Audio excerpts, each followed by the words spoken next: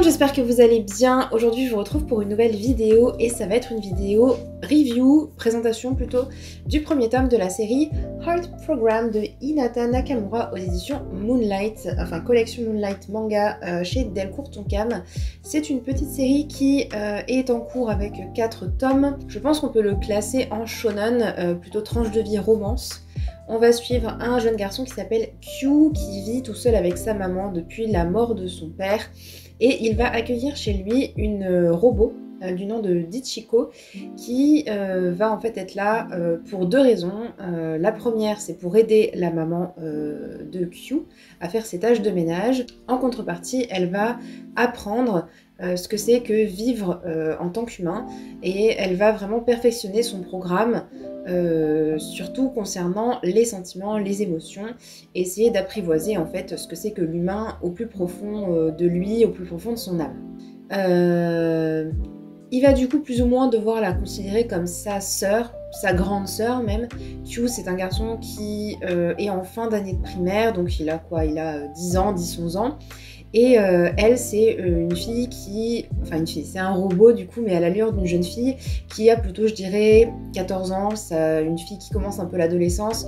Elle est un petit peu plus grande que lui, elle commence à avoir des formes. Enfin, elle a des formes, elle a un peu de poitrine. Elle est super enjouée, super joviale. Il n'y a rien qui l'atteint en fait.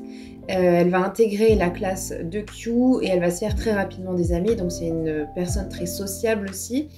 Et en fait, Kyu va être assez rapidement attiré par cette fille qui est un petit peu son opposé parce que lui, il a l'air plutôt calme et assez posé. Et donc il va pas forcément comprendre au début ses sentiments, il va pas trop comprendre ce qui lui arrive, et c'est quelque chose que je comprends totalement, parce que quand on est encore à l'école primaire, on ne sait pas vraiment ce que c'est que l'amour, et c'est des choses qui nous tombent dessus, et on a un petit peu du mal à faire le rangement là-dedans. C'est un petit peu marrant parce que Ichiko n'a pas du tout les codes sociaux, donc il y a des choses qu'elle fait qui sont pas du tout normales en tant qu'humain, mais elle apprend de ses erreurs, elle engrange beaucoup de connaissances, et c'est un personnage je pense qu'on ne peut pas détester. Maintenant, il y a un autre personnage qui arrive et qui essaye de s'immiscer entre ces deux-là, c'est Ai, une jeune fille qui a l'âge de Kyu et qui connaît Kyu depuis très très longtemps, et depuis très longtemps elle a des sentiments pour lui. Donc forcément ça va poser problème, parce que Kyu ne la voit pas vraiment comme une copine potentielle, ou en tout cas maintenant il est vraiment accaparé par Ichiko, et donc on a l'impression qu'il ne verra pas Ai comme une petite copine potentielle ou comme une amoureuse. Voilà, Ai, elle a bien compris que Kyu commençait à ressentir des choses pour Ichiko. J'aimais beaucoup l'idée d'avoir une romance avec un robot, donc avec quelqu'un qui n'est pas humain. Mais le problème, c'est qu'on se retrouve face à un personnage robotique, mais qui ressemble en tout point à un personnage féminin normal, à une humaine tout à fait normale. Bien qu'il y ait des choses un petit peu bizarres par-ci par-là, ça reste un personnage qui pourrait tout à fait être une jeune fille, et qui soit un petit peu maladroite ou un petit peu bizarre socialement parlant. Mais en fait, je trouve que ça aurait pu être exploité d'autant plus. Alors avec la fin, peut-être que par la suite il va se passer des choses, je ne sais pas, je ne sais pas s'il y a un autre personnage qui arrive ou si c'est le même personnage mais qui est complètement changé, modifié, on dirait plutôt un garçon, je ne suis pas sûre. Mais voilà, je m'attendais à autre chose, parce que finalement pour moi c'est plus un triangle amoureux. Ça m'a pas forcément donné envie de lire la suite. Ça fait que 4 tomes, donc en soi je sais pas si je continuerai ou pas.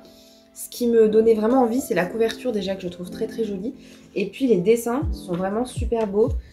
J'adore, je trouve que les visages sont très ronds, très doux. Ça fait assez enfantin, mais en fait finalement les personnages sont très jeunes, donc ça va avec le style, on va dire, avec l'histoire.